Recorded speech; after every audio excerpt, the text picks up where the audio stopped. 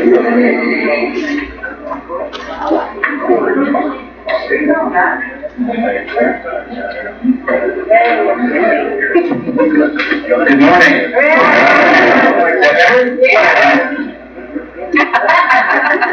want to hear myself.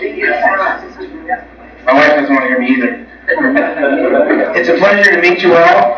Hopefully I'll get a chance after the meeting to shake the hand of those people that I haven't gotten to meet yet personally. I came here today to talk to you a little bit. I'm from California, some of you have asked me. Originally born in Chicago. Spent 20 years in Miami because it was too cold in Chicago apparently. And then my wife imported me to California. And that's where I've been for the last, 25 years. I've been in the mobile home park business for about 24 years. And I have a company that's fairly large at this point. It started with me and it's grown to about 1,000 people, employees, about 65,000 residents. We have manufactured housing communities like this, mobile home parks, both all age and 55 plus. We have RV resorts, and then we also have commercial properties and other types of properties. Everything is set up into divisions. I brought a few people with me today. Just let me introduce them up front just so you know who they are. They'll come around and say hello later on if you'd like to talk to them very strongly. We've got David Cornell, who is our operations director for all manufactured housing in the country. He is originally a Florida boy, but we imported him out to California about 5 years ago. We've got Brian Sweat, who runs all of our sales for all our manufactured homes at the homes themselves. Brian, we had him convinced to be in California for a little while, but then he came back here to Florida and says he can't leave it. So he's up in Tampa in our regional office. We do have a regional office up there. Next to Brian is Matthew Kinney. And I know he looks like he's 18, but he's actually in his late 30s.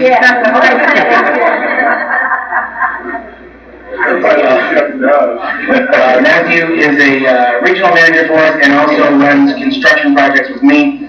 And I brought him with based on some of the things that we're doing today.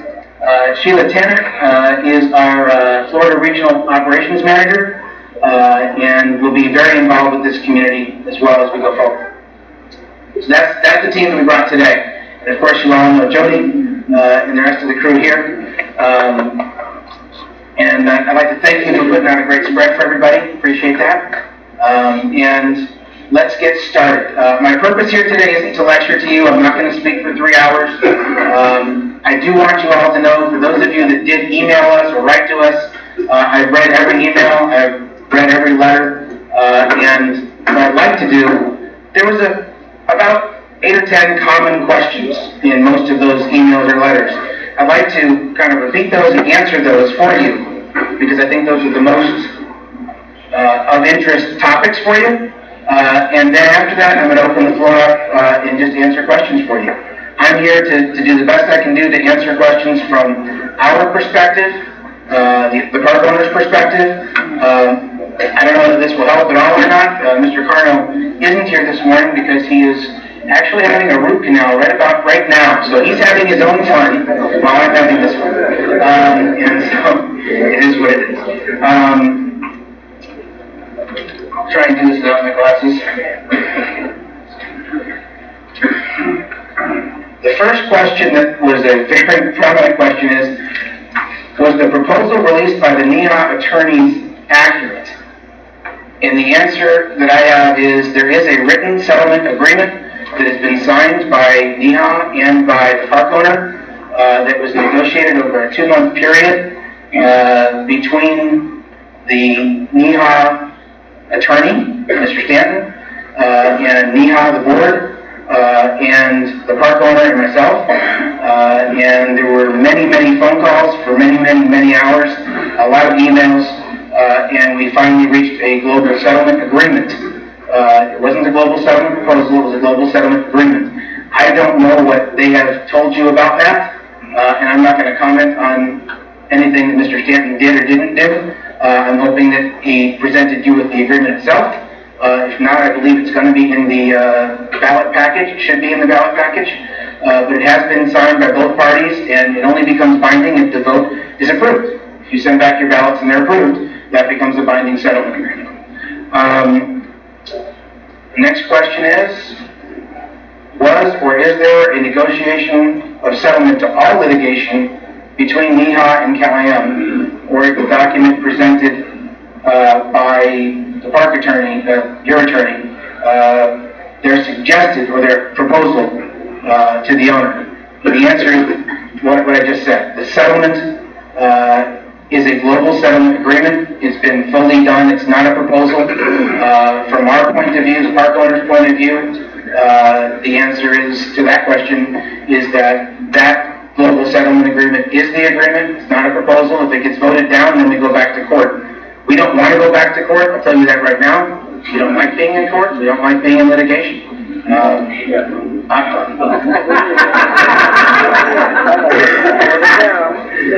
going to go through this first, and I'm going to answer questions. But that is not a proposal. It is the agreement.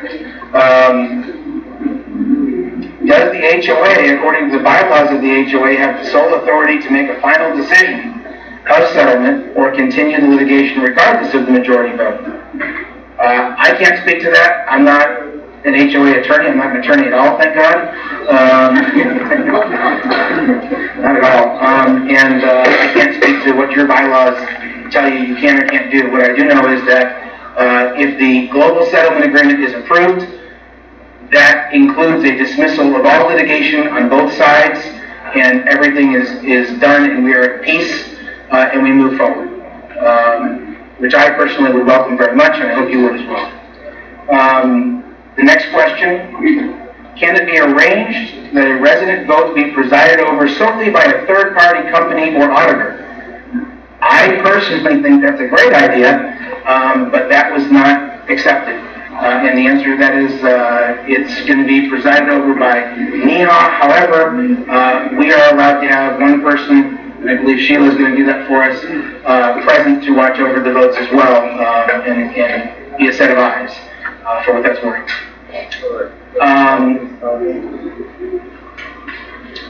Let's see here. There's talk that contract residents, which is defined as those signing their leases after 2007 forward, will be penalized for doing the right thing by paying their agreed-upon rent, while our neighbors who have brought the rent dispute litigation against CalAM will be rewarded with a lower base rent even after the court ruled in the 2007 case. Can you confirm or deny this, please, and what is being done for us? This may be one of the most important questions for a lot of you, I don't know, depending on when you came into the community. And the answer is you are absolutely not being penalized. That I can assure you. I'm sure you understand that. You are getting the exact deal, plus a little more, that you signed up for. I don't believe any of you, I don't believe, maybe I'm wrong, that any of you came into this community thinking, I'm here, I'm going to sign my lease, this is the deal that I'm signing for, maybe I'm going to get really lucky, and my rent's going to go down forevermore, and that's why I'm coming in here. I believe you came in here because you wanted to come into this community. And then you found out what was going on here, and whatever was happening, whether that was a good thing or a bad thing for you, I don't know. But I don't think you came in here because you might win the lottery or might have something else happen. I just don't think that's the truth. So the answer to that is you are going to get some good things. Number one, you're going to get peace in a community that I think you should have, and hopefully you think you should have, where people are engaged in activities like dances and fun and cards and bingo and pool tournaments and all kinds of sports tournaments and things like that. Hopefully tournaments with other communities as well. And things that we're really good at doing. And we do this everywhere else that we operate except for here. And we'd like to do it here. We really would. I want to tell you a little bit about that when I'm done with these questions. We're hopeful that that will be one of the major things. We're hopeful that by ending the litigation, we won't be forced to continue on with the litigation, with the eviction, with all those kinds of things that we don't want to do. I'm really not threatening right now. I'm just being very frank. We don't want to do that, and we know that you want your neighbors to be here with you as well. That's why we're trying everything we can do to try and make this happen. We have put into the agreement, into the global settlement agreement, a CI formula-based rent increase. Based on a lot of emails and questions, we have decided to do one thing that we're doing just unilaterally. We have amended the terms of that CPI increase to be a flat 3% fixed for the 3 years. No more formula, no CPI plus 1%. If CPI goes up, we lose. CPI is right now almost 3%, so that would be a little over 3%. We're locking it down at the floor and just staying at the floor of 3 and a ceiling of 6. And I know that when you were presented the other side, everybody was worried about the 6. That's what we heard back, right? You're shaking your heads. So we're telling you the 6 will not happen for those 3 years. It'll be 3% and that will be it. I can tell you, as a chain that operates in 12 states around the country with dozens and dozens and dozens of mobile home parks, very few of our communities have more than a 3 to 4% increase in their rent on an annual basis. When times were bad in the country, we had many, if not almost all, properties had almost zero increase. Some properties had a $7 increase or a $5 increase. We're very compassionate with our residents. We listen very carefully when we have dialogues with our residents, when it's an open dialogue. So I just want to assure you, from someone that you probably haven't met before, because I haven't come and spoken to you before, that's not who we are. But we are going to send out a letter to everybody and put it in writing that says that if this is approved, it will be locked in at 3% for everybody. So there is a benefit there as well. The other benefit, of course, is that the park will be greatly improved. I don't know how many of you get up to Clearwater. If any of you do, I encourage you to go to a little park that we acquired from a co-op, from the residents, about almost 2 years ago. Residents owned a park up there, and about 60 days before they were foreclosed on by their lender, they reached out to us through one of their attorneys who knew us, and said, "Can you help us?" We came in, and in about less than 60 days, we acquired their park. We got some money back into all of their pockets, as much as we could, for the price. We got them out of their foreclosure problem, and we bought the park. Now we own the park. They no longer have a co-op, and that all fell apart. They had bought in at about $50,000 a share, and they're walking out with a lot less than that, unfortunately. However, they love their park. If you were to talk to them or to their board, it's still there, they'll tell you exactly who we are. We came in there with a plan as a part of the action to put $1 million in capital improvements into their community. They have a much bigger, different community center, needed to be remodeled, not torn down and rebuilt. I don't know if you like the old ION building, that particular shape or facility. We came in and put $1 million into the community, and then we recognized right away. And so we put an additional $800,000 in out of our own pocket. We didn't raise the rents because of that. The rent increases, just like they knew they would from the beginning when we negotiated up front. But we put more money into it because it needed it. It was the right thing to do. What's the name of the park? The name of that park is Island in the Sun, and it's in Clearwater, Florida. I encourage you to come by and take a look. We've done quite a bit there, and if you're there, please see the before and after pictures, because it's an amazing story, and we did it really fast. And I'll be happy to introduce you to their board as well. We've got properties in Melbourne, Florida, that we've completely rebuilt into from what it was to what it is just amazing. It's called Lamplighter Village. That property back in, if you remember Tropical Storm Faye a few years back, maybe shaking your heads, yes, you remember that one? Pretty big storm. That property had 4 feet of water from one corner up to the front, the entire property. We got out there, I brought people in from all over the country. We didn't raise rents that year. We put about $3 million into the community. We rebuilt everything in a 90-day period. We had people from the governor's office involved. We got extremely involved. FEMA told the residents, "Thank you very much, have a good day." We went back out. We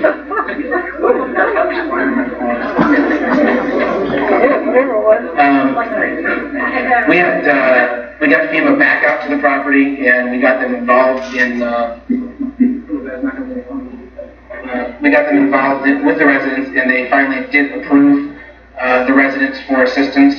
And then we went through and redid the power, redid the community centers completely, and helped everybody with their insulation to the extent that we could.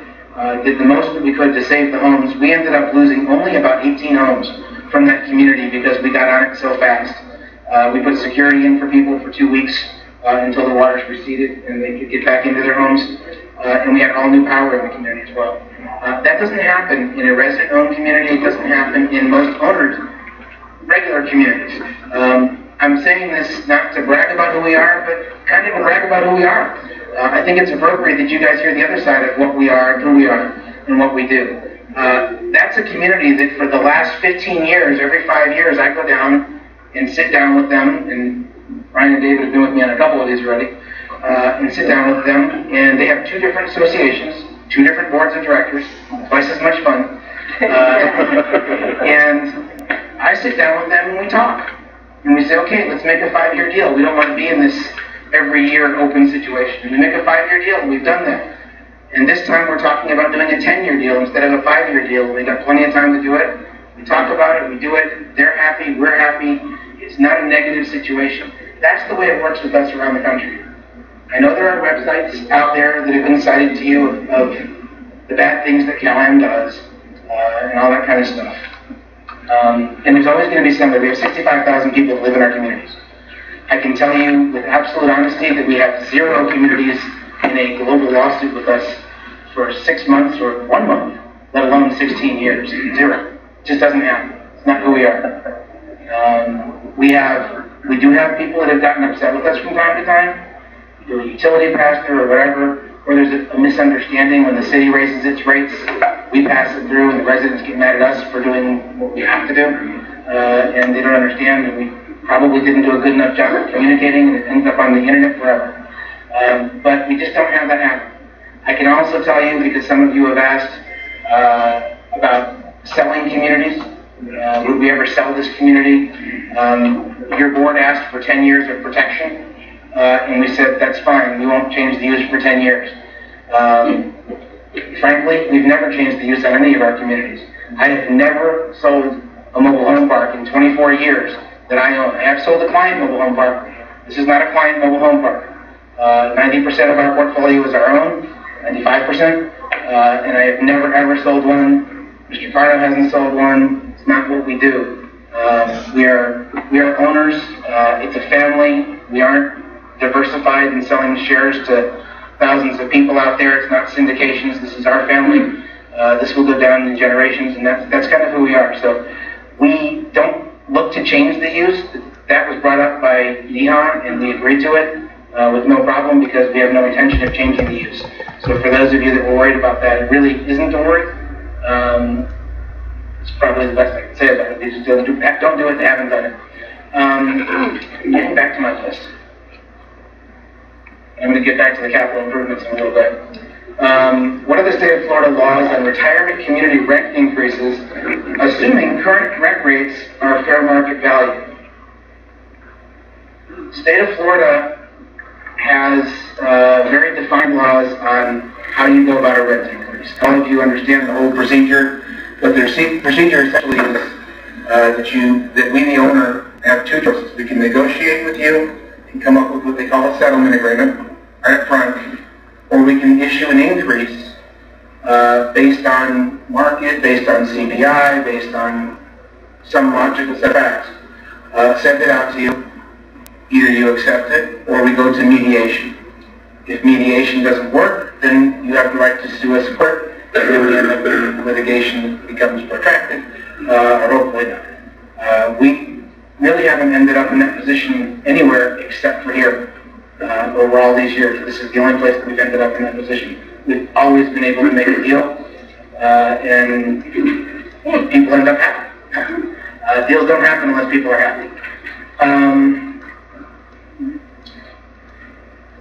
Are we as renters legally protected with rate increases by our current lease agreement?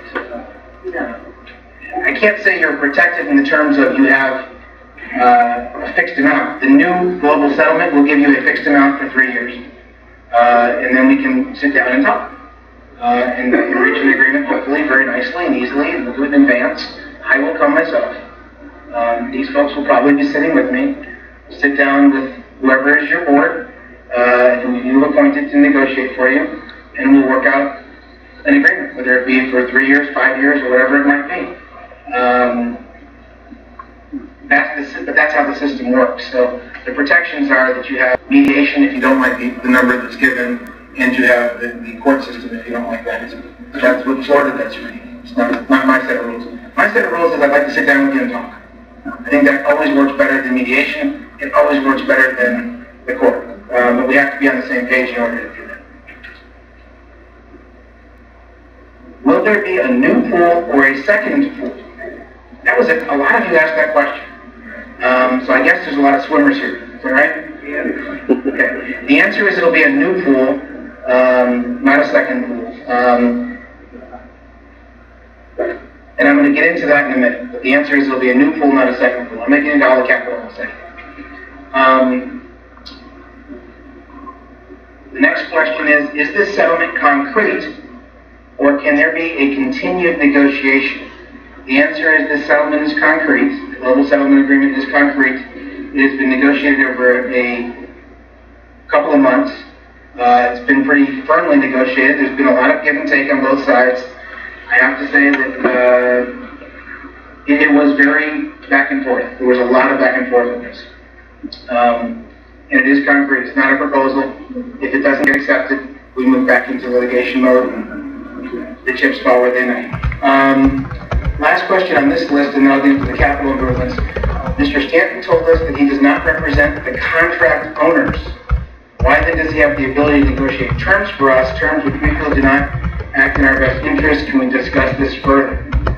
And I can't tell you who Mr. Stanton represents or doesn't represent, only he can do that.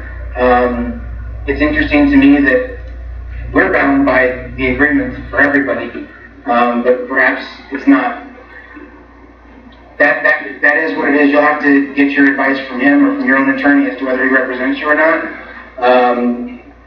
I suppose we'll still have to give out the notices that are required in terms of rent increases, and you'll have your rights, and if you want to have a lawsuit over it, we can have a lawsuit over it. I hope that wouldn't happen. This is a pretty well negotiated deal. Going into 2015, a 3% increase is a pretty low average increase, not a high average increase. But it's out in the field of what's going on in mobile home parks around the country. It's probably right around CPI kind of deal.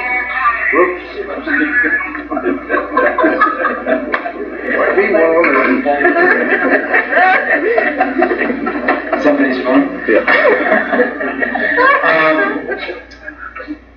So I hope I've answered the majority of those questions correctly. I'm going to answer the rest of your questions. Let me tell you a little bit about capital improvements, because a lot of people want to know what we're going to do. Is that of interest? Yes. Yes? Okay. The objective of what we're going to do, and I can't give you exact square footage just because we really just don't know yet. But the idea would be to tear down or completely remodel. I'd say remodel in the sense that maybe one wall might stand for tax purposes or something. But basically build a new building.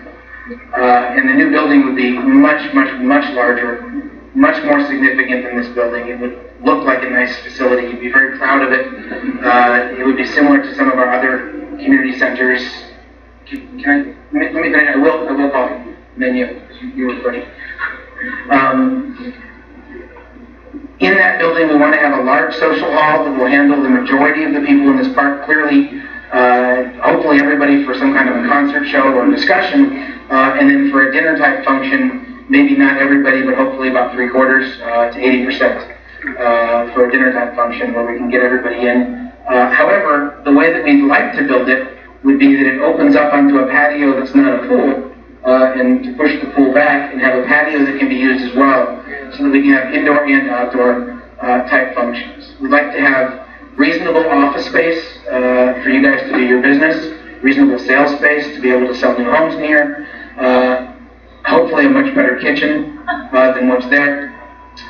We'd also like to incorporate a billiard room and a card room into the building, and a multi-purpose room / meeting room for smaller meetings, so you have more spaces and more ability to use more facility. The objective would be to do this with a lot of thought. I probably would want to get involved with as many of you as possible and hear your and ideas of what you'd like. We'll probably build it bigger than than any of you are thinking right now. It's not going to be like this. Our goal is to have a really, really functional building. You've got 484 homes. It's 900 people. We like it to be a very functional building that you can use and have more than one thing happening at a time, have 3 or 4 things happening at a time, which I think would be really great for you guys here. It would be a new pool that would be built a little bit larger, and with the idea of aerobics, swimming, volleyball, all of those things built into it, and would also be hopefully a little bit more suited to access so that everybody gets to use it. It needs to be a lot larger, especially for the winter. Yeah. She's saying it needs to be a lot larger, and the answer is it would be. Do you have pictures of pools? We did. So we have some pictures. We have some pictures of some of our pools to give you an idea of what we have. But the ones that we built recently are tremendous and really nice. And they don't have the big trip hazard on the outside like this one does. And it would be a new spa as well that would fit more than 3 people. Which I think would be good. I thought that was where you make your soup. But we try to make it as nice as we can. My guess is that we'd have one big building, probably a U-shaped building with a courtyard in the middle. And we'd eliminate the other building and incorporate it into the same building and make it really, really functional with many billiard tables, lots of card tables, possibly, hopefully, 2 separate card rooms. So you could have poker in one room and bridge or whatever in the other room at the same time. And it seems to be what most of our 55-plus communities like. I think you'd really like it. I think it'd be really nice and welcome for the community. Additionally, we want to come in and build new bocce and new shuffleboard. I know some of you have said, we already have that, we don't need it, we aren't going to use it anyway. We're going to put up some pictures in a few minutes in the back. You can look at them on your way out. I didn't put them up front because I'd rather just have that done at the end and you can look at them and we'll be back there and we'll talk about them. I don't want to change the focus, but to show you what our bocce ball courts look like and what our sports things look like. We want to put in pickleball, which is one of the top games right now for the 55 and over communities that we could possibly offer. I can't build enough of it out in Arizona in our major retirement communities, and we have huge retirement communities out there. I can't build enough that people will love it. It's like tennis, but you don't have to kill your knees.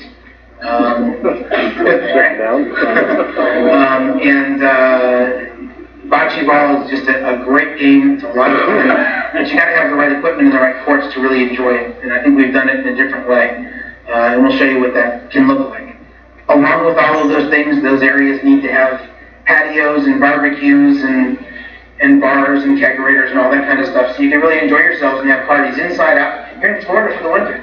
You want to have parties outside. You want to have parties inside. You want to make this a party place, not just a place you come into this little green room and do your thing. And so that's kind of what we want to do. It's what we do everywhere else. And that's one of the reasons I want to show you the pictures is I'm not standing in front of you saying I want to give you these things so that we can settle. I'm saying this is what we do. This is who we are. This is what we are everywhere else in all of our 60 manufactured housing communities around the country, and in our dozen major RV resorts that are 1,000 to 2,000 home sites each. This is what we do and who we are, and we'd like to do the same thing for you here. That's a part of what we'd like to do. We also want to come in and bring in a whole new kind of an entrance theme. I can't change the street out front, right? That's not mine. But we can make it look a lot nicer coming into this community, I think, and I'm sure you think as well. We can enhance the entrance all the way up to the new community center. We can bring in a lot of new homes, and that'll be Brian's job. Matt will build the building. I'll design the building. Matt will build the building. Brian will bring in the new homes. David's going to make sure everything happens the way it's supposed to, and Sheila's going to be here making sure everybody's happy. That's why I brought them with me. I could leave them here if you want. Sheila's got this. Yeah. All of these guys have had at least 10 to 18 years of manufactured housing experience. They're not new to this game. So the new homes that are going to come in are going to be nice. I'm hoping very much that they will help raise your property values for your homes. That was also a question that we got a few of. New homes aren't going to raise rents, they're going to raise property values. And we're really good at that. I hate when property values go down to $5,000, $3,000, $7,000. That's crazy. The only way to change that is to bring in new people and new blood and create demand. We're good at that. Brian just ordered 250 new homes for our communities around the country. 250 new homes, average price about $70,000 around the country. That's our order for this year. I'd love to include this park and bring in another 30 or 40 homes into here and build them and put them in and sell them, which will then improve your property values for your own homes. And we're really onto that and would like to help with that if you ever want to sell your house at some point. What else could I answer for you? I think I'll stop talking because I've been talking a lot. Let me start right here. I'm going to go right down the front row and then I'll go back to there. So you, sir. Can I have the mic so we can hear? I'll repeat your questions. I'll repeat. Well, I, for one, my name is Bob Plasek. I live on Idaho. I, for one, am not drinking the Kool-Aid. I am not drinking the Kool-Aid. If we give up on this, we lose any leverage we have. We'll never get the Nazis out of here. Okay? Listen to what I'm telling you. We give up. That's not a We give up. That's not a question. It's not really. Questions. Whoa. Questions only. I think we'll take questions. I'll be happy to. I'm going to use the microphone. Sir, have you, to your knowledge, any of you hired myself, did you hear me? Yeah. Speaking right in. It's been a rumor here that myself and one or two others were hired and placed here in the state. Why on the residents of Cal-Am? You'll repeat the question. I'm going to tell you what we're going to do. You tell me the question and I'll repeat it. I got your question. His question is he wants confirmation that I've never hired him to work here to spy on people for us. Frankly, sir, and I apologize, I don't even know who you are, so I don't think that's possible. We've never hired him to do that. That probably goes back to one person a long time ago who was brought in not to spy on anybody and was brought in with letters that went out to everybody from us. A lady that was here named Muriel, who was here a long time ago, who's worked with us in other parks, and she came here to tell our side of the story because she could be here for a couple of months, and we couldn't. We sent out an introduction letter to everybody in the park and said who she was, and said that she was going to work for us and tell our side of the story, and that's what she did. That got twisted into something else, but no, I don't know this gentleman, we've never hired him ever, so if anybody's thinking that, it's not true. 1 second, I'm going to come back over there. You had a question, and then you, and then you. What about getting the water lines and the electrical repairs done? Yeah, major need of the water. She's asking about getting the water lines and the electrical lines repaired and put into better order than they are, and the answer to that is absolutely. That needs to be done. That's something that needs to be done regardless. Before the clubhouse? Yeah, that's going to start getting surveyed because you brought that up today. So that's going to start. That's why I look back here. When I look back over here, these guys know what they have to do. And that's pretty much all it takes. Thank you. Yes, sir.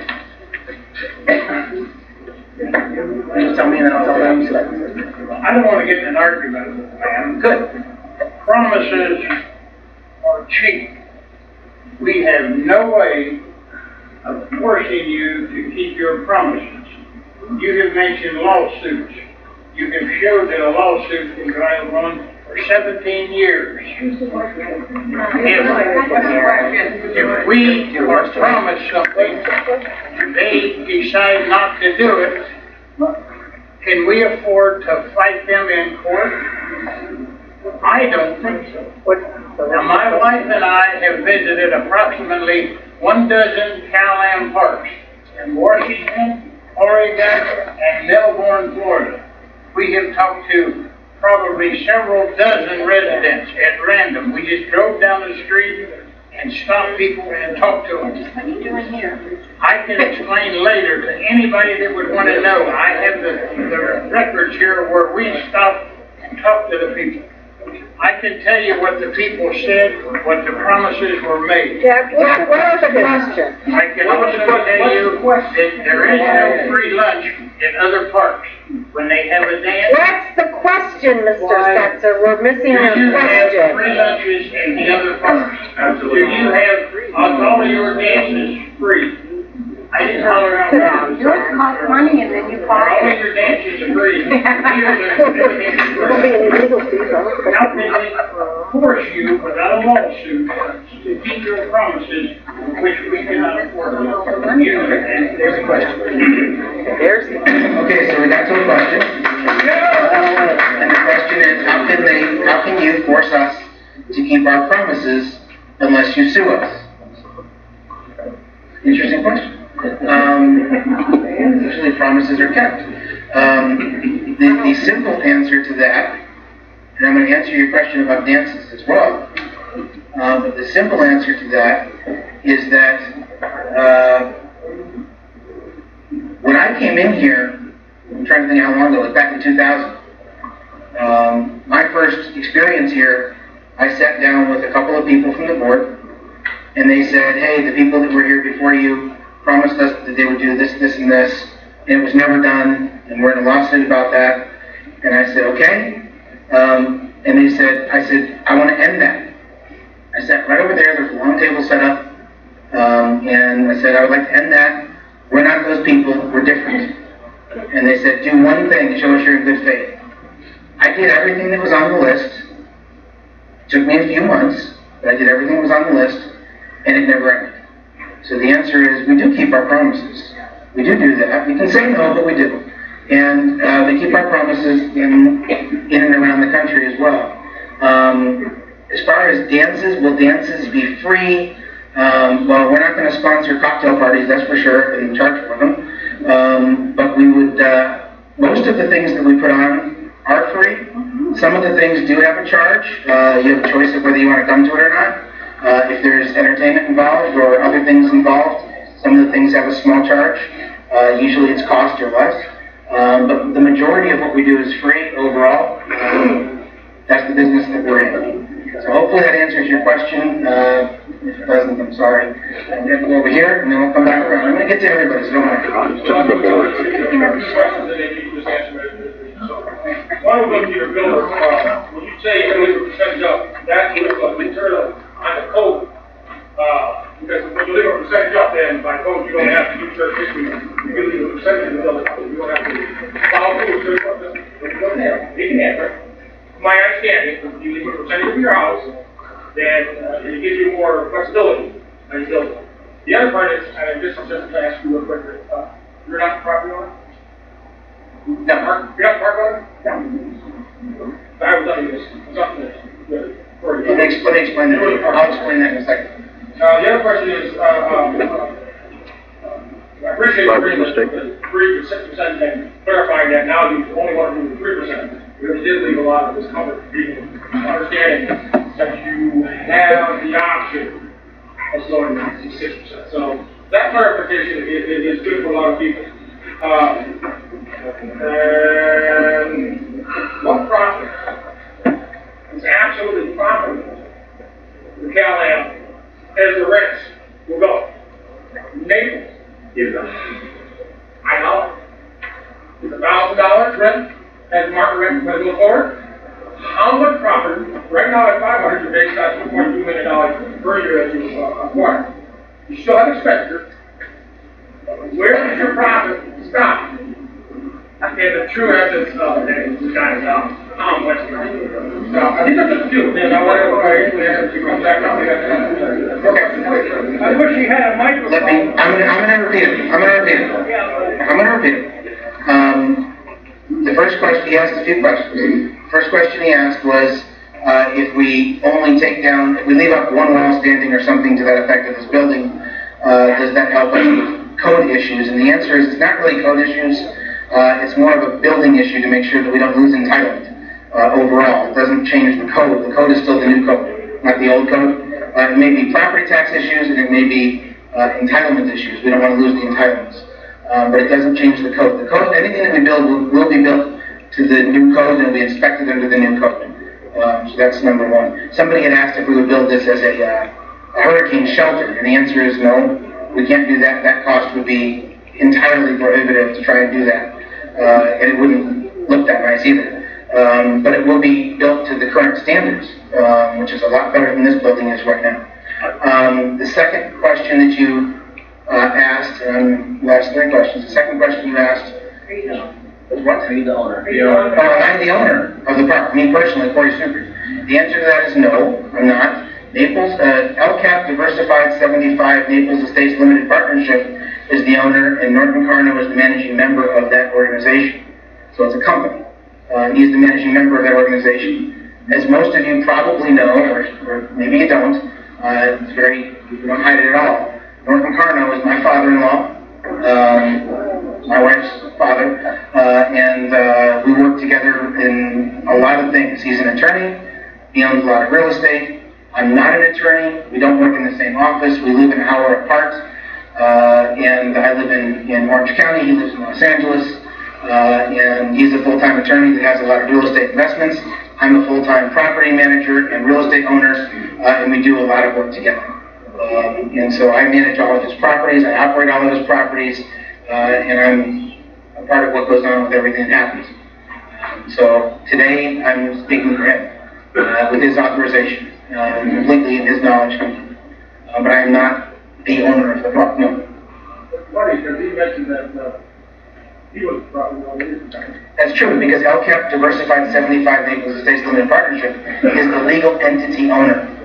And by the way, that's one of those things that, it's the attorneys understand all that stuff, but the rest of us don't. And it gets very confusing, and then when they give you an answer, you don't know what it is. But the answer is it's a partnership that owns the property. And your third question was? Profit. Thank you.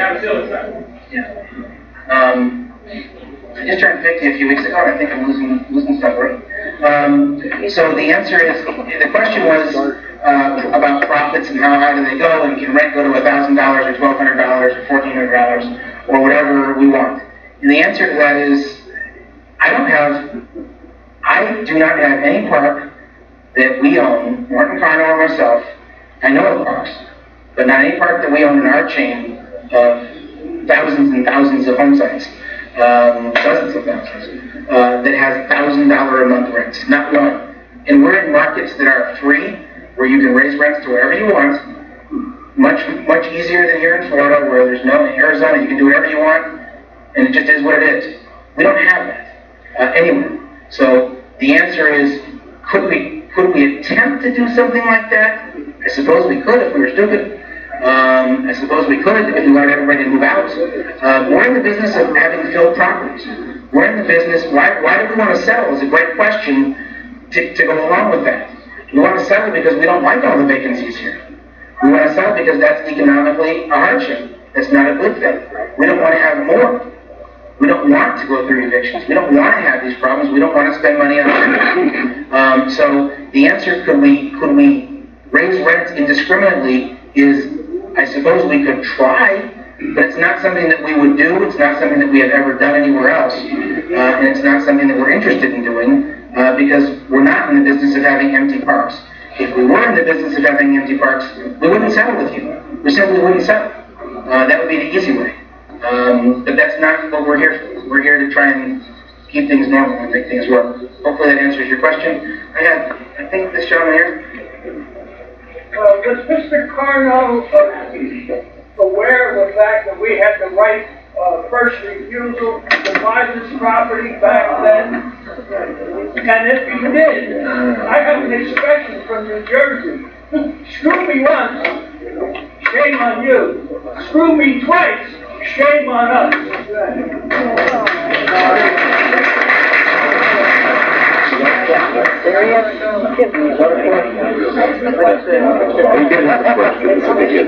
So started, but the question was, was Mr. Carno aware of the first right of refusal that you had when he came into control of the partnership?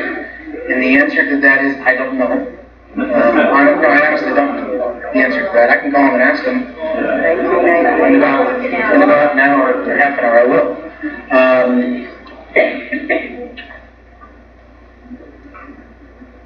And I don't know the answer to that. I'm not sure. No, I didn't know. I found out right away though. First day I was here. But it was a done deal at that point. And there was a lot of history as to how we got involved here as well. It came from a whole different place. So that's the answer to your question. I can get into all kinds of legal realities, but I don't want to do that. Yes, sir. The new clubhouse, it's not to be built as a hurricane shelter, but it has to be built the current code. If a hurricane event happens, will it be boarded up, or will it be allowed people to be used with some kind of disclaimer? The question is, would the new building be allowed to be used as a hurricane shelter with some kind of a disclaimer should there be a hurricane event? And the answer to that is probably not. I don't think that the insurance company would allow it. I'm not sure the state would allow it. They have mandatory evacuations for mobile home parks. They're not mandatory except for the community center. And it would not be built to a shelter code. How about for a tornado? Overall. For any kind of normal weather events that would happen, such as a tornado that might happen, I don't know how often those happen around here. Then absolutely. You could always, I would rather see you in here than in your own for something like that. But for a hurricane, I lived in Miami for 20 years, and I remember getting in my car and heading north or south sometimes. Yeah. Tornado, we would. Right. It's a faster thing. We would definitely do that. Just 1 second in the back. So there's 484 home sites in here. Do you know, or there's somebody else who we're talking about one the empty lots now? Can you tell us what the 484 home sites? How many are sitting empty now? Because I know there's 55 evictions kind of in limbo. And how many are there? Okay. So Right. I'm not going to forget about you, but I'm going to go over there first. I saw your hand. There's 484 homes. I believe there's around, I don't know the exact numbers, around 40 that are vacant sites right now. Correct? Jody, is that right? How many vacant sites are there? 40, about 40? There's about 40. And we own about how many more homes? About 10 more homes that we own. And currently, there are, in active eviction litigation, there are 16 home sites that are in active eviction litigation. We have, just so we understand each other, we chose, right or wrong, we had to choose a list to start with, to deal with that. And we chose the highest dollar amount group and drew a line indiscriminately without names or numbers or anything else, just based on dollars, and drew a line on the smallest group we could draw together. There was a group and said, let's start here. We don't really want to evict people, and we tried to do it that way. And if it goes on, we go from there. But that's how we got to that. So the answer is about 16 that are under eviction right now. I'm going to go over to here. Thank you very much. I want to say I really appreciate your being here. My name is Carol Decker, and I came here in 2007. I did have a lease agreement with your company, and we did have increases. And those of us who withheld, and many of us are on Social Security. Some of us get $500 a month and $700 a month. Some of us pay a lot for our property, and newer people were able to buy, as you know, 3, 5, and many people walked away because they couldn't pony up the rent, the old rent. So they handed the keys in. So my understanding now, with your new, and this is what I want clarification, from 2007 per month, my math probably isn't good, it's going to be $8,400. Is that right? A month from when the rent was contested? Okay. In the agreement that we have, that those who are delinquent can pay $100, not a month, $100 or $100 a month? Okay, Clarification on that. I understand the question. Thank you. I'm going to repeat the question. The question is, for those people that were withholding, that haven't paid in, we've made it part of the global settlement agreement is they can pay up to $100 a month toward their delinquent balance. It's different for each person. There isn't one amount because people withheld all over the board. People withheld, I don't know how the numbers were figured, but some people withheld more, some people withheld less. They were based on our lease with your company, and we had an only supposed to rent increase, but it went up 46%, so we held back, and now we have to pony up. Those who didn't, my answer is, if I've been here, and it was 884 months, so it's $8,400, pretend, for an example for this question, and I appreciate your giving me the time, I really do, because we're all scared. Right. Personally, I don't need a new pool and a big building. Right. I need low rent, baby, because many of us have Social Security. We cannot carry 700. These guys that came in and got for $3,000, $3,000. That's a different game. Most of us have 40, 50 grand sitting here. We can't get anything. Now, my question is, if I don't pay the $8,400, pretend, you will be kind enough to let me sell it. Or I can give you my keys, and you can take my $45,000 cash that I have in, and I can walk away free. Is that right? So here's what was negotiated. Yeah. If essentially that's right, but sounds ugly, doesn't it sound ugly? It hurts me. Really, it hurts me. Let me say, the $45,000 cash that you have in is when you bought it, and today it's worth a different amount. Nothing. There you go. It's not Italian fault. That's got nothing to do with me. Are you talking to me? This is why I don't come to meetings, because everybody gets in a pissing match and screams. This gentleman looks like he can handle the meeting and handle an intelligent person asking intelligent questions. What's the problem here? Aren't we here to be free to ask questions and be honored and valued? Yeah. I lived here since 2007. I love it here. I hate that everybody hates each other and all the bullshit's going on, but I'm surviving because I want to be here. I don't want to be in Michigan where it's 46 degrees yesterday. Thank you. Thank you.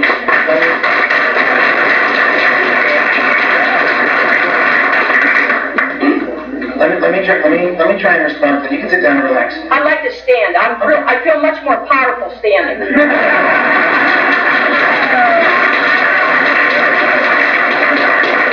You stand up then. I know we're all the same page. Nobody wants any pain. We all, and I'm going to say right here, like us, don't like us, whatever it is, this is an honest disagreement. It has been an honest disagreement. Nobody is trying to hurt anybody on your side or on our side. And anybody that thinks any different, I'm sorry that you even have those kinds of feelings. That is not the case. I've got kids. I've got a wife, the same as you. You all have families. We're all, what's up? You have a home, sir. We may not. Well, the objective is to try and make sure that you do. And the objective isn't to take anybody's home from them. And that's why we came up with the program that we came up with, by the way, that allows people to pay a back balance at $100 a month. And if there's a problem with that, we have an application for, it's called Hardship. Hardship application. Okay. We have that out there. That wasn't created for you. We've modified it for you. That wasn't created for you. That's what we have as in our chain that we use in our communities around the country for people who need it. Because we understand that people are on fixed incomes, and we understand that not everybody can afford anything in the world. And sometimes $20 is a lot of money. And that's why we have that application, so that if somebody's in that situation, we don't want them to choose between food and medication. We don't want them to make those kinds of choices. We want them to stay in our communities, and we'll either forgive the rent increase, or we'll do a portion of the rent increase, or something to that extent. And that's something that far predates this Naples Estates dispute that we're having. And when we got on the phone and we were in the negotiations, we talked about what do we do with the back rent and where do we go, and everybody's at different amounts. Some people have paid, some people haven't paid. It's a little complex. Just the math in it is beyond me. But it comes down to trying to do, hopefully what I'll say is the right thing with compassion, making sure that people don't lose their homes, It's why we did only do the smallest amount when we had to do the evictions. And I know a lot of people said we didn't have to do evictions on a legal basis. We had to start somewhere. And we went with the smallest number of homes that we could go with. We could have gone with 187. We didn't do that on purpose. We went with a very small number. And it's unfortunate, and I'm sorry that we have to do it, and I don't want to do it, and we're trying to end it. But you only did it because you raised the rent 46%. I just want you to answer my question, darling. $8,400 is what I would owe. Okay? Okay. And I have a chance to write that check to you. It's the agreement of $8,400. My back rent.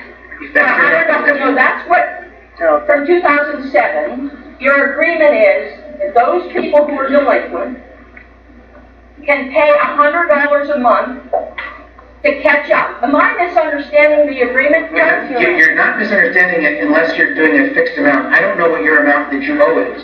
So if you owe $8,700 or whatever that number is, then your math is perfect. If you owe some people owe $10,000, some people owe $12,000, some people owe $4,000. So I don't know what you owe. So the answer is, the agreement is, whatever you owe, you only have to pay a maximum of $100 a month against that owing until it's paid off, or until you sell your home, at which time you only pay us what you owe us and you keep the difference. And if we can, before you sell your home, raise the value of your home by fixing up the community and by bringing in new homes. Can I have 5 months to do that? Well, what I'm saying right now is no. What I'm saying right now is maybe we can make your house back worth some more money. That's one point. I'm saying with the agreement that you negotiated. You have 5 months before you have to actually kick in and start paying if you want to sell your home, yes. Okay, so I have 5 months to put it on the market or 5 months to pay it? 5 months to put it on, to sell your home. There's a 5-month moratorium. And when does that start, that 5 months? That starts from the date the agreement gets signed. Okay, so May. I don't know the answer to that. It could be, I don't think it's the date the agreement gets signed. I think it's from the vote. Okay, so when the vote is October 7th. So that's like 3 weeks. Yes. So in 3 weeks, I have 5 months to sell my property if I can't pony up my back rent. Is that right for the people that don't pay? No, it's not correct. Well, that's the reason it's If clarified. you choose not to pay the additional $100 a month, if you owe something, and you choose not to pay the additional $100 a month, or if you... Do I have the option of paying Yes. $100 a month? Yes. I can write you a check? Absolutely. Okay, and I'm safe now from my eviction? Yes. Okay, fine. Yes, 100%. And if I can't give you that money... Then you have the opportunity to sell your house. In 5 months? 3 years, I think. Well, you can do it at any point you want. Okay, so let's pretend, Gary, and I really appreciate your patience.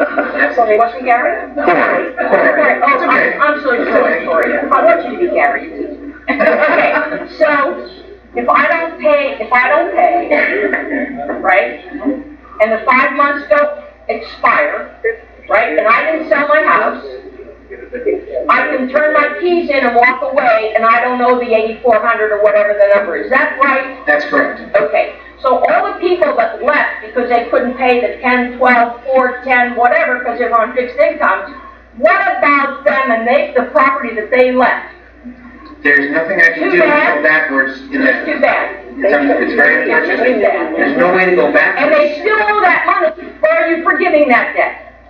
If we make this settlement, that debt will be forgiven. Okay, thank you so much for your time. I appreciate it very much. Thank you. I have this gentleman right here who's been waiting. This is with regard to the promised improvement. Yes, sir. The promised improvements will take course over how long a period? Okay, so the question... How would that affect current usage? The question is, how long would it take to make the improvements, mainly the community center, and what would that do to the community while that's going on? The answer to that is something that I'm trying to figure out the exact time frame.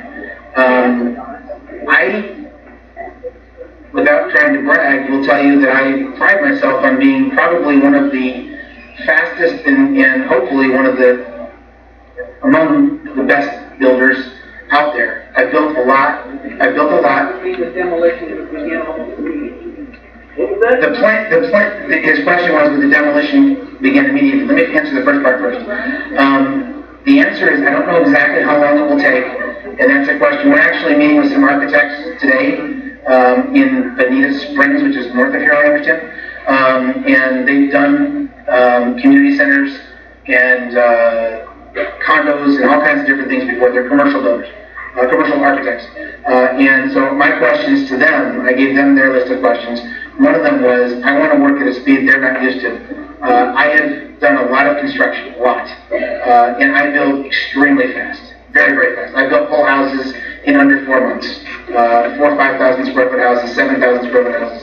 I've done lots of commercial application. I've done a lot.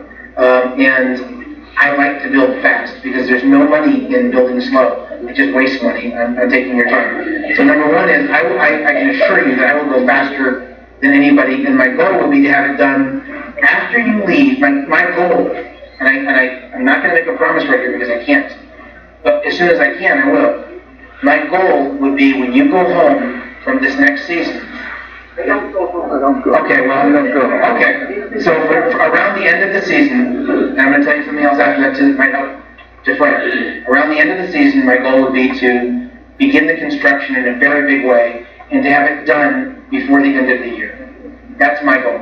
We promised to have it done by the end of the second year, the new community center, but my goal is to get it done a lot faster than that, if I can do it, because I don't know how long it will take. In most places, in most states, I can build very, very fast.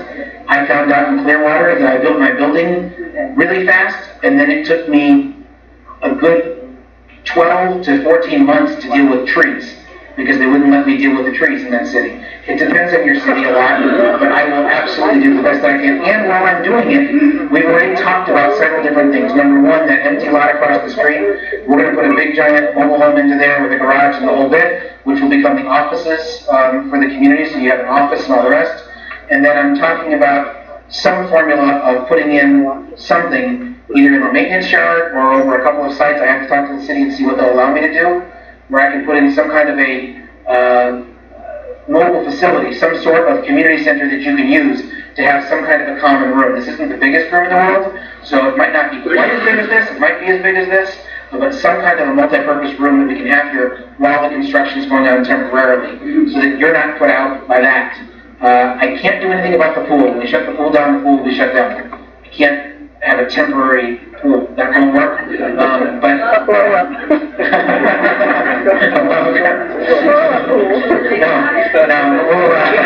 But we will.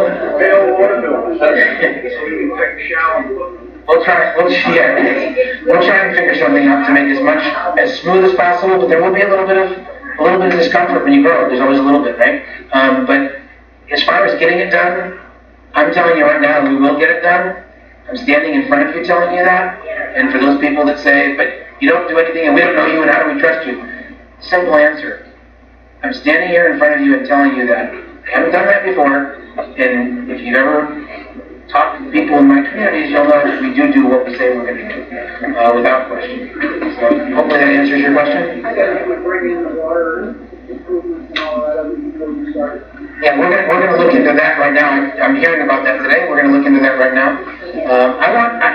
Part of the problem with things like that is that our relationship hasn't been so great, and so we're not getting the best communications. We're not having monthly meetings with you guys, which we do. I mean, Sheila should be here monthly having meetings with you guys. David should be here 1 or 2 or 3 times a year, sitting down with Sheila and you guys, talking about what's going on, so that we have that kind of a relationship, so nothing like that ever becomes a problem. We're going to look into that right away and deal with it. Thank you so much for coming. Thank you for having me to answer questions. Can people hear me?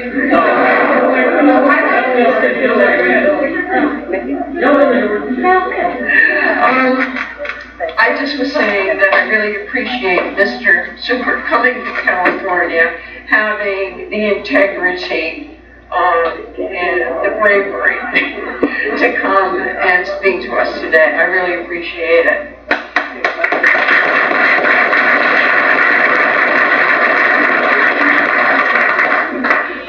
Obviously, we are a group of people who are presenting different ideas, have different concerns, different budgets. I'm going to speak for myself, not for other people. Quite frankly, your goal of improving the park by investing money here sounds laudable. However, I too am somebody who lives on a very restricted budget.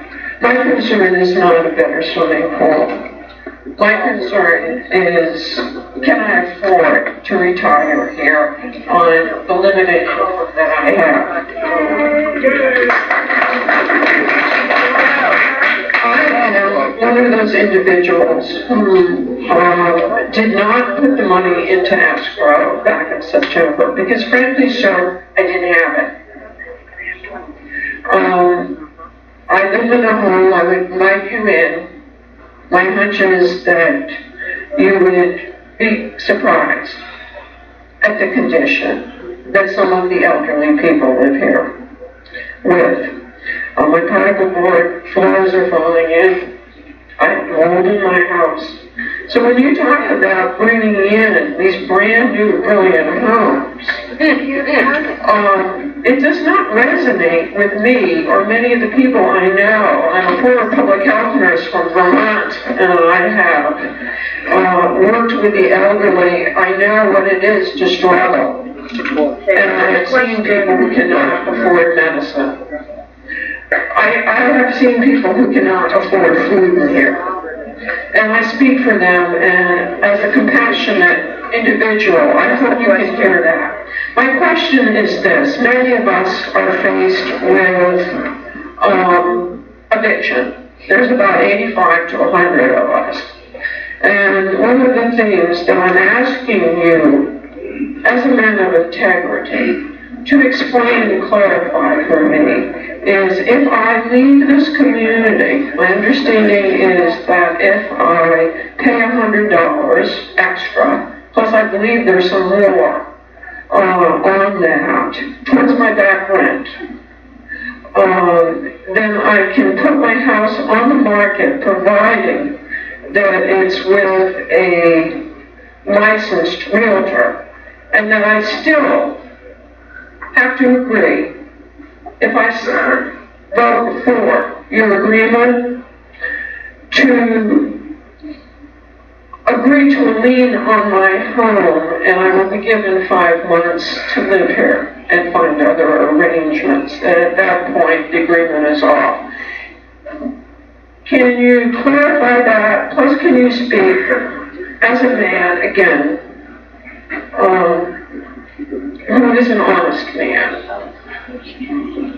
to the issue of, if I hand you my keys, are you making a promise that you and your firm will not come after me for back rent and put me into a position where I have no credit rating?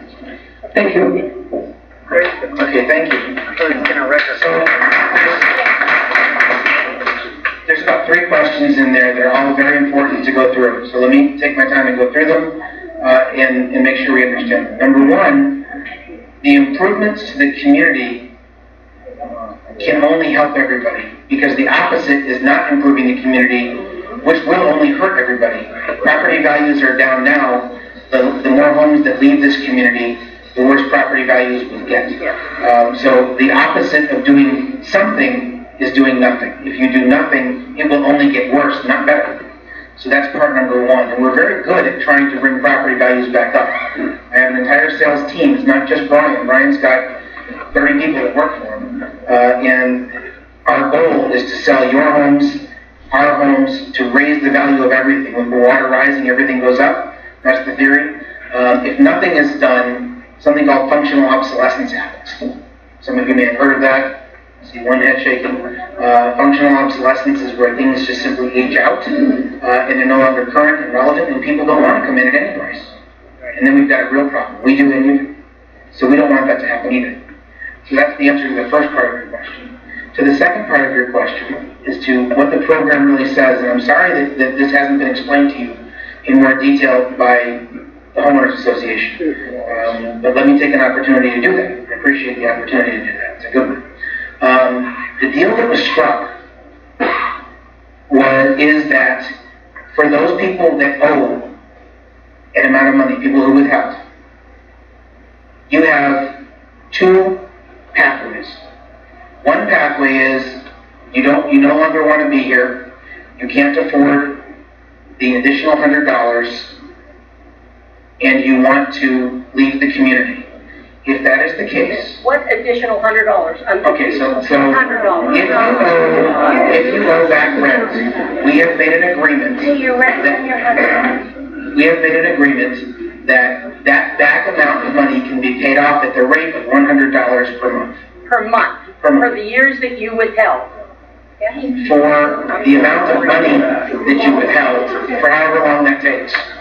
It's not a year-for-year situation because people withheld different amounts of money. Okay? So that's number one. Number two, so you can't stay in here and pay that if you haven't. No. Forever. If you just make that extra $100 month payment until it's paid off, whenever that is, you can stay in here forever. You don't ever have to leave. If you can't make that $100 month payment, there are two different options, two pathways. One pathway is, we have a program that you can apply to that says, I don't have enough money to make that $100 a month payment. And if that's a true statement, there's some people in some of our communities say, I can't pay that, and the answer is, they can, they don't want to. And so we ask that you give us some financial information. It's all done in a lot of confidence. It's actually done in California, not here at the park. Nobody here knows anything. It's all done from California, through our CPAs out there. And the program is designed to help people who truly can't afford it. Now, if you're a person who has a home somewhere else, and you come down here for the winter, and then you tell us you can't afford it, that might not work so good, right? That's right. But if you're a person that's here, and you truly can't afford it, we don't want you to have to leave because of anything whatsoever. And that's why we have this program to try and help you. So one pathway is that. The other pathway is you say, I don't want to pay $100 a month on my back rent regardless. I can't afford it. It's the wrong financial move for me to make. And I need to think about where I'm going from here and what's going to happen to me from here. And that's wrong for me. In that case, then if you vote to approve the agreement and the agreement gets approved, we have agreed to a 5-month moratorium. You'll pay the base rent at that point, based on when you moved in. So if it's before 2007, it'll be $575. If it's after, it'll be the other amount.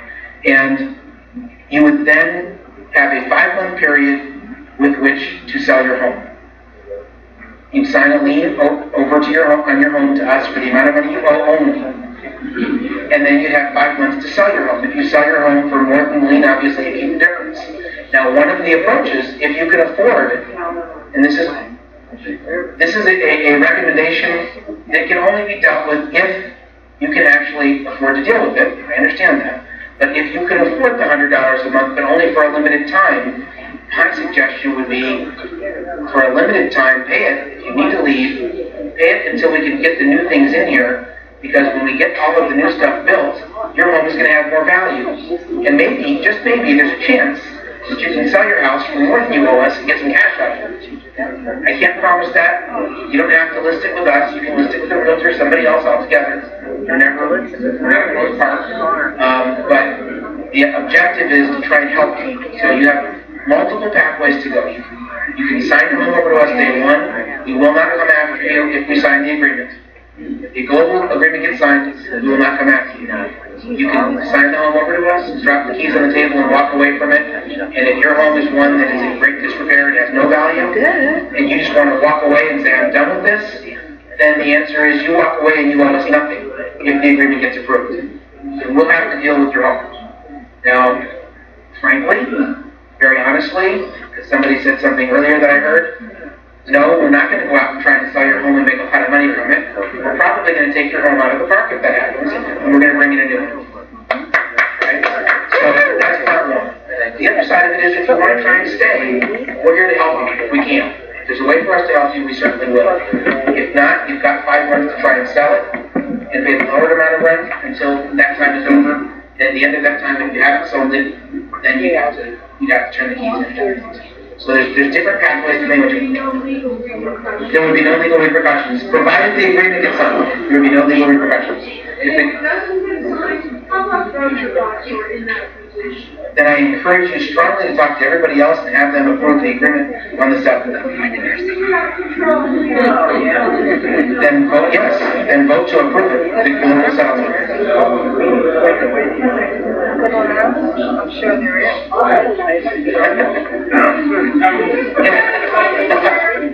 It is too late.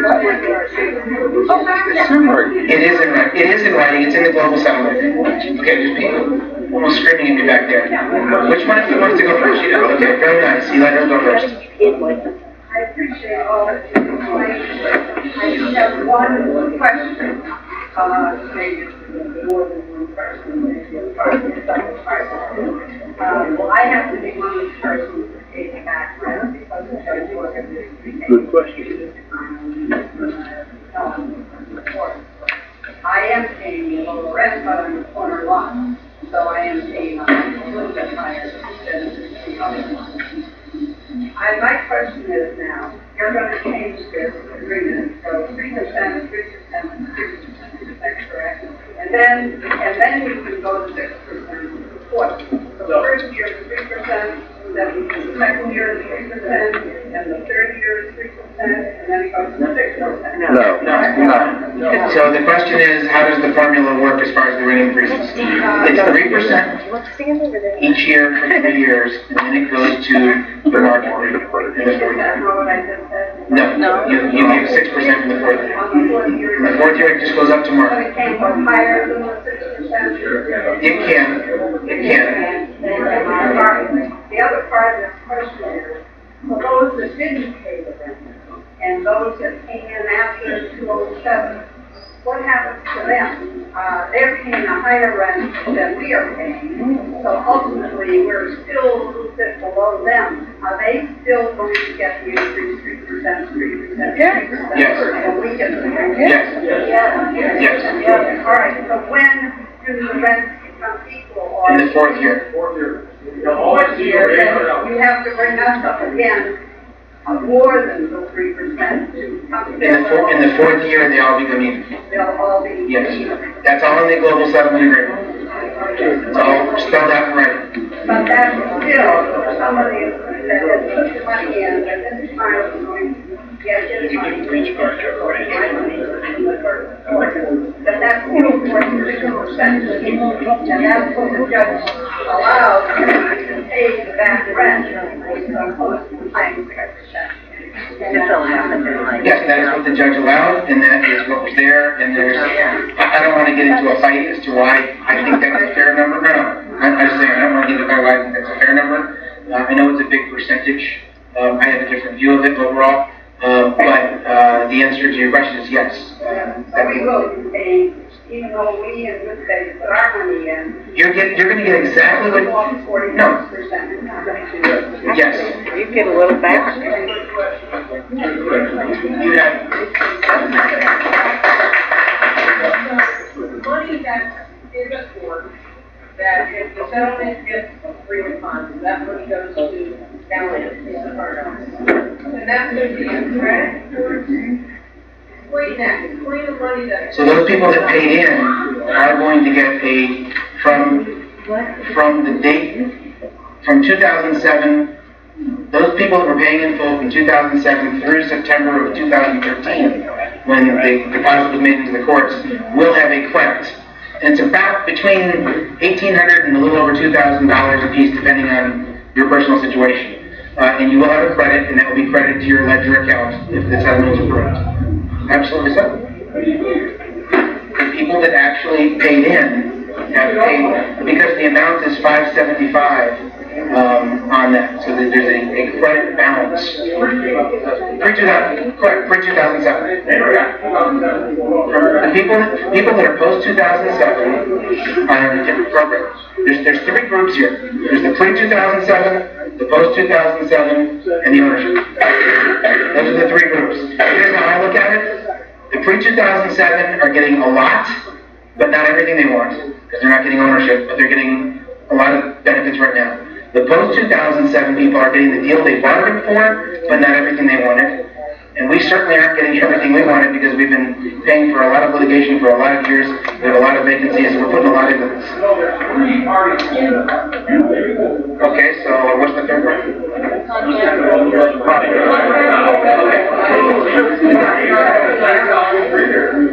Then you have what 45%. You have the money extra, which you get all of that, which is about $1.5 million. Then you have the ones who did not keep up. That's the three I promised. Now I gotta make four. Okay, yeah, we're dividing them into two. We're dividing into three, that's fine. Because each of those two parties has two, depositors and non-depositors. If you do it that way, it's fine. I hope I answered your question back there. Yes, sir. Sorry, I probably should have identified myself. I'm Bob Gary. Nice to meet you face to face. During our negotiations, Mr. Norton stated that he wanted the money that was in the court turned over him immediately, and that Callahan was not doing the recalculation of these people's credit that had deposits. We usually will have marketing calculations based on through ledgers. People know what kind of a credit they have to work with, or how is their credit going to be calculated? The credit is calculated based on who paid in. I understand. My statement was the current wants the money immediately with no recalculation of the rent. However, if the recalculation is required. Yeah, no, we're going to recalculate and we'll have ledgers for everybody.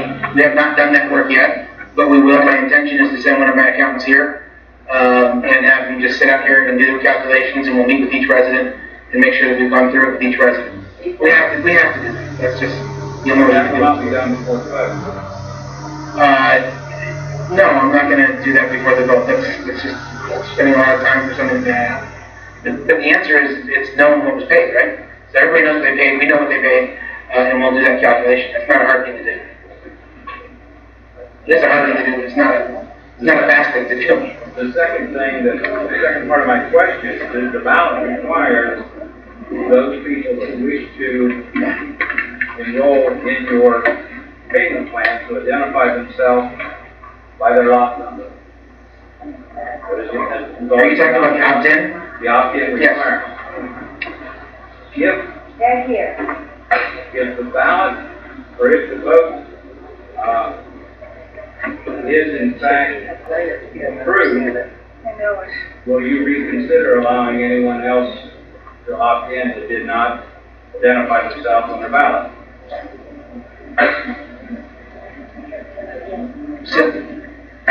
So you're saying you want to be able to opt in after the approval process?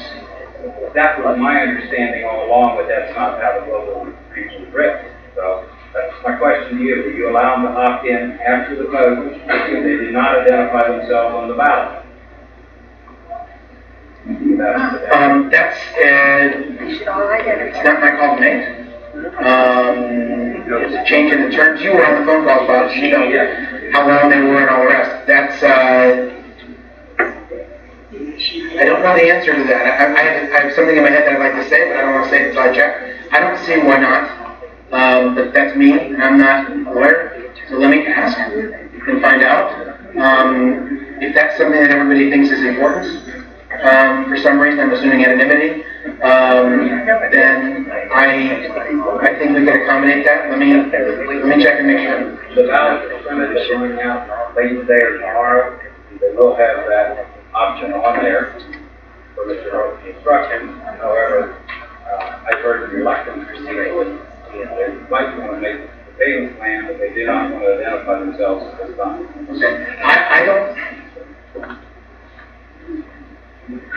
I will find out before I walk out of this room the answer to that question. I believe the answer to that question is yes, we'll let that happen. And maybe we'll do it for a short period of time afterwards for the first 10 or 15 days or 20 days or something like that, so that we can control it and understand what the scope of everything is, as opposed to leaving it wide open for months. But I understand it, and I don't think it will be a problem. So yes, I think I can say yes to that. Is that something that everybody wants? I'm not sure. I'm going to go back there before she kills me, Because she's waving her arm up No, here. no. Did you not say that the people that will not pay their debt rent will be allowed to pay $100 a month? Yes. Okay. Yes. What about those people that paid that $10,000 and are now paying the $700 a month? Can we have our $10,000 back and pay the $100?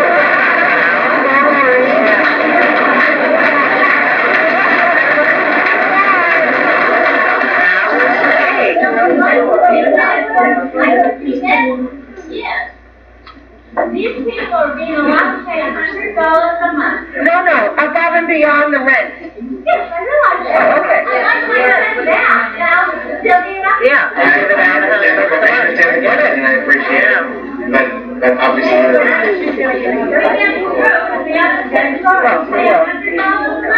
No, you actually don't get screwed. You don't get, no, you don't. You did the right thing. You did what you agreed to do, and other people did what they had to do, and it may be benefiting them at this point.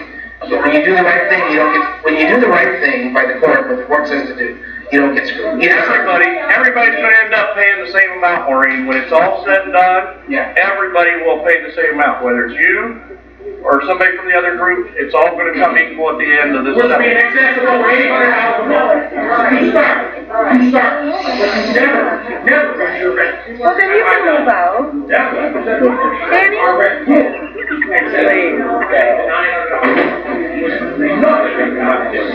Get your whole family. Hang on 1 second, we're waiting. I'll come back to you. You were I've been ready.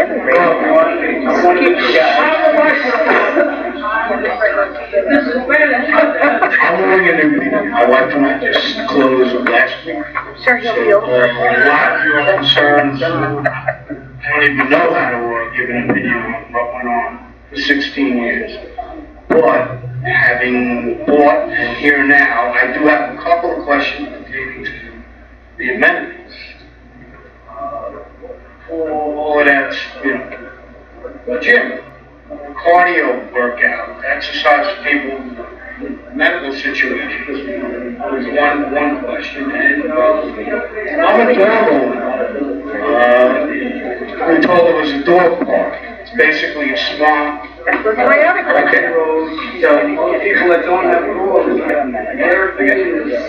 So his question is, will the new community center have exercise equipment? And I apologize for leaving that out. The answer is yes, absolutely.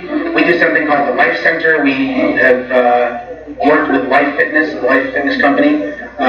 We don't get kickbacks from them or anything else, but we use all of their equipment because it's pretty much the best stuff in the business. It's commercial grade, it works great, and it's good for 55 plus. It's made no, it's our, no, they don't come out and go classes. We can hire people for that. We do great life centers. There's tons of cardio equipment in there, from treadmills to stairmasters to cross trainers and bicycles of both kinds, and whatever their new equipment of the day is. So, and it's all integrated with televisions and all the rest of that kind of stuff. We do that almost everywhere. So the answer to that is yes. And as far as dog parks, I know everybody has their own take on what they will use and what they won't use, and some people will never use the pool, and some people will never use this room or that room. But between everybody uses everything. And if you want to sell your house and you want people to buy new houses, people coming in the door want to see stuff. And that's just the way houses are sold. So that's real. So the answer as far as the dog park is concerned is, yes, we have a new type of dog park that we just started doing a year ago, and they're amazing. My wife is a veterinarian, and we have really gotten into this. It's a lot of fun, and they're kind of like a combination between a dog park and an agility park, and they're really cute, they're fun. If they're capable of doing that, yes. Yeah, okay. Yes. I'm going to go back there, then over here, and over here. Yes, sir. Corey, it's kind of obvious there's a lot of misunderstanding about this settlement agreement. And I believe everybody should have a copy and reread it, or read it and reread it to understand what exactly is going on before there's a vote, or before they even send the ballots up, or ballots are accepted. Yes, please. Yeah, I agree. I agree. One of the provisions in the agreement is that the ballot will, the agreement will be sent. Bob, is that correct? That is correct. They both, They're up from Stop and Shop at 8 o'clock this morning with the other. so the global settlement agreement will be in your vote packages as well. But wait a minute, if you ask for an extension for one or two things about people paying, why can't we just delay it? And so everybody fully understands it. So the people are here up north. Yeah. That's something the lawyers would have to deal with. The delays become big lawyer things. I have nothing to do with that part of it, and I couldn't answer that if I wanted to, because I don't understand. Which direction was I going in? I was here for you, and then you, and then you. Hi, Lynn Reed. And I don't know if you can answer this question or not. It was brought up that if the settlement is approved, that our HOA board will immediately resign, and we will be responsible for having the new HOA board. I know from one of your managers, a couple past, when I said, what the heck do we even have an HOA? If I got a problem, I come to the office, you guys fixed it. She said, no, well, you got to have an HOA. So my question is, how do we get help for that? I would think we'd want bylaws rewritten, definitely articles of incorporation. I would think we'd want $0 or any connection with the past HOA that's been in a lawsuit for 17 years. So how do we get a new one going? I want to take that one? Yes, I'll take that one. The agreement settlement is because there is a great distaste in Park Owners Mountain for the HOA agreement, that if this is approved, all existing board members resign, effective with the date of election. They are eligible to be on the ballot. If it is approved, there will be 9 seats filled the night of the election. We will not have a time frame without an HOA, but we could have 9 new members. My question is, I understood all that this was to be brand new. Who runs that? We have no, technically, the minute they all resign, we don't have an HOA. I think the procedure will be that it gets put into place prior to the resignation of everybody, so that they resign probably, the resignation, I'm speaking for you, but probably right before the vote gets tallied, and then it starts from there over again. And to answer the first part of your question, I would say that, David, correct me if I'm wrong, 90+% of our communities do not have HOAs, they have activities boards, and not HOAs. I'm not suggesting that for you. I'm just saying what we're used to. So that's completely up to you guys how you do that. There was one over here, and then we're going over to you, and then over to you. I just asked a quick question. If you're the property managers, why don't you know about our water and our electric problems? They've been going on since I've been here, and I've been here for 10 years. Why don't you know about them? Why will it start to be addressed after this settlement? And secondly, why would we think if we became park owners that we are not capable of doing improvements and establishing the kind of park we want? There's nothing that says if we don't take the agreement, this park is going to go to hell in a handbasket. We're capable, intelligent people. We can take care of it.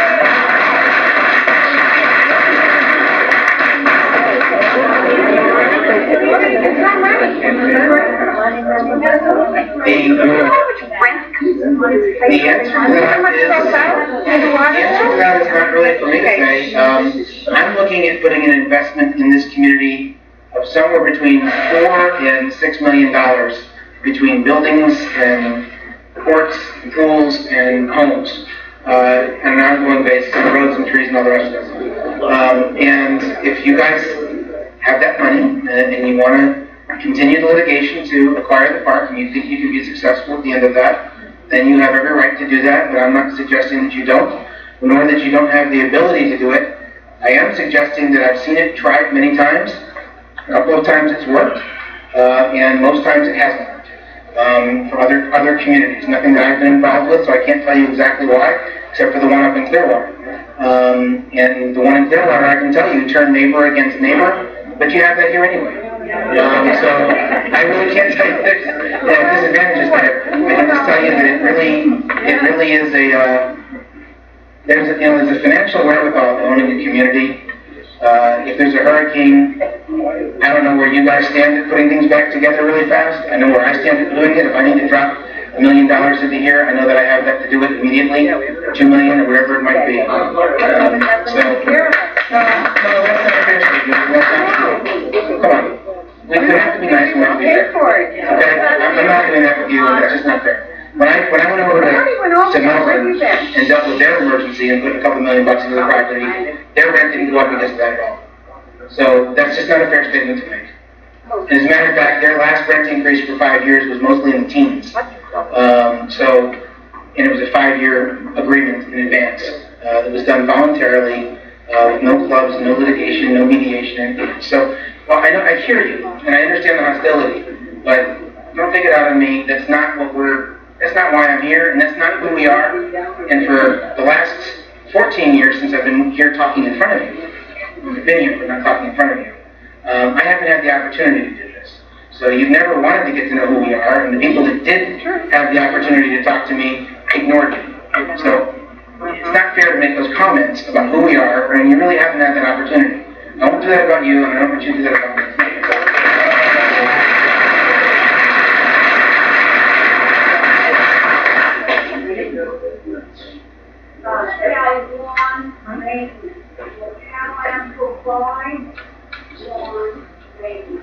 That is an additional expense for each and every one of us. Yeah, that would be nice.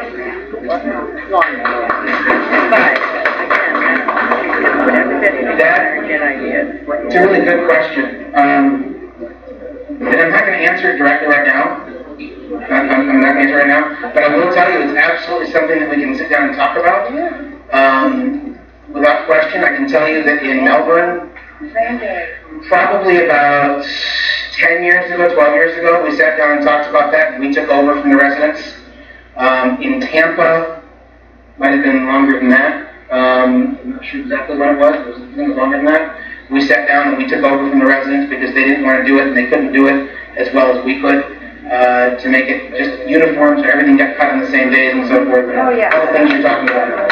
So the answer is it's something we can absolutely talk about. It's not part of this current situation, and it won't be. But I'm happy to talk about it, and I'm happy to talk about, not right now, not right now, but when we get through all of this, and when I have the opportunity to prove to you what I can do, and what we can do, and who we are, I'm going to come back here, and I'm looking at, provided everything passes, and we can sit down and talk far in advance of this 3 years being up, and come up with the next agreement, and we can make that be one of the things, and we can do it prior to that. I don't have a problem doing it earlier. But that's a discussion we have to have. Before it? Let them answer their questions. So it's not a question, it's more of a comment. Sorry, I tried to put this in. That's right. He's a poor guy. We lived here for quite a while now. We've had water problems. So you're going to come in and do all of this now. Yeah, God, it's just It's a good question. It's a fair question. The question is, why weren't the water problems addressed in a more significant way in the past? And the answer to that is, whenever something was functionally broken, my understanding is that it was functionally fixed, but we haven't improved the systems. And that's a true statement. And the answer is, I want to do that. I wanted to do that. I want to move forward with running this community like we do other communities. When we're in the middle of what we call a war on our side, it's hard to do improvements. It's easy to fix things that are broken, but it's hard to do improvements. I want to do the right things. I want to end all this, and I want to have a normal relationship where we come in and everybody's happy, and we're having a good time. Not that we have connections in the same room, but where everybody's here, and we're talking about this stuff, like how can we do the lawns, or how can we do this or that, how can we help our neighbors. So, it's a fair question. As far as the lady over here and the lady over here that talked about why you haven't put major improvements when we've had all these water problems, You know, if you think about it, if you're a business person and somebody is trying to take something away from you, why would you put all this money into it? You know, you think about it twice, you'll understand that if you know anything about business.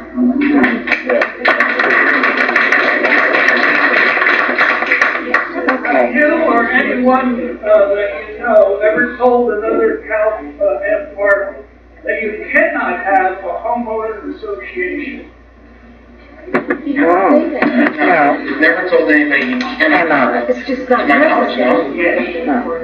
No. Yes. I don't believe that to be the truth. That may be somebody's interpretation of what they think, but I don't believe that to be the truth. I know there are a couple of parks that have come in and said we want to have an association, and our basic comment, no sir. No sir. Our comment has always been, we don't see the need for it, but we don't stop people. We can't stop. How can I stop? We don't stop you from doing what you want to do. That's not true. That's not legal. That's not legal in any state in the country. It's simply not true. It's simply not true. The resident you spoke to might be somebody who wants something and doesn't know how to do it, and is asking the wrong people and not necessarily us. Might be asking people in this community that he thinks are leadership or whatever, but that's just not a true statement. It really isn't. I understand you believe it and someone told you that, but that's just not the way it works. There are laws. I mean, there's laws. You don't have a choice on the laws. The laws are laws. You have the right to do that. If you want to do that, you do that. You have the right to use the community center. If you have an association, we're not stopping anybody from doing that anyway. Most communities find that they don't need them. Most communities find that our managers are here for them. Do we try and tell people you don't need one? Absolutely. Do we try and tell people you can't have one? Absolutely not. That, Ryan, you guys both know this stuff. It never happens. It's not who we are. It's against the law. We're all licensed. We know what we're doing. It's not something we would do. So, I believe they might have heard. I'm not going to call them fired, but they heard wrong. There's a lot of misinformation out there about a lot of things. That's the problem. And that misinformation causes distrust and causes bitterness. It just doesn't need to be there. They're all in this for the same thing. Somebody has their hand. Yes, ma'am. I think I'm done. I was just not hearing about the hardships. Some people have hardships all the way up, that's why they got the agreement. They're now talking down on the building that we now have. Nothing has been done about it. And third, the water infrastructure has been a problem forever. And you live here one time. They're not listening.